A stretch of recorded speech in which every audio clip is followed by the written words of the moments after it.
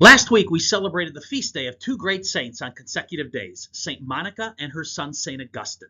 Although they both certainly can stand on their own as influential saints, together they tell a story that many of us can find great hope in. St. Monica struggled with alcohol early in her life and overcame those difficulties through prayer and her faith. Her husband, himself a pagan with a violent temper who lived an immoral lifestyle, opposed her Catholic faith and refused to allow their son Augustine to be baptized. As a result, as her only recourse, she was unwavering in her prayers for her family. Her prayers over a 30-year period of time finally produced the fruit that she had hoped for when her husband converted to the Catholic faith a year before he died.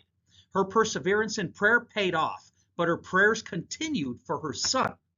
Augustine was 16 when his father died, and he strayed in many ways, living with a woman, having a child out of wedlock, and aligning with the Manichaean heresy. However, Augustine didn't know that his immoral lifestyle and heretical beliefs would be no match for the prayers of his mother for his conversion.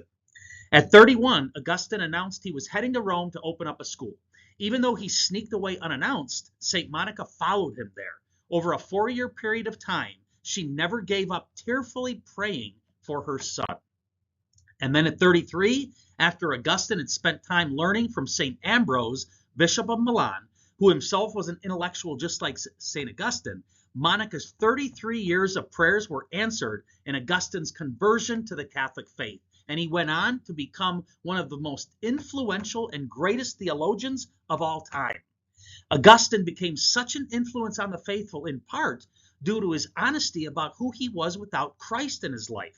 He described his lifestyle prior to converting as, "I love my own undoing." It was a love of sin. He also produced an incredible amount of sermons, apologetics, scripture commentaries, and other writings that are still influential to this day.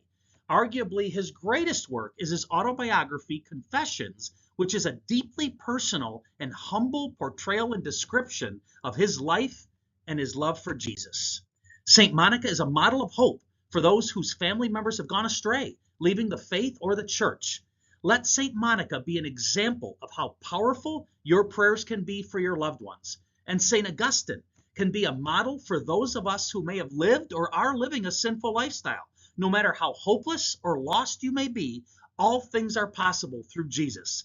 Take solace in knowing that someone somewhere is praying for you, especially St. Monica and St. Augustine.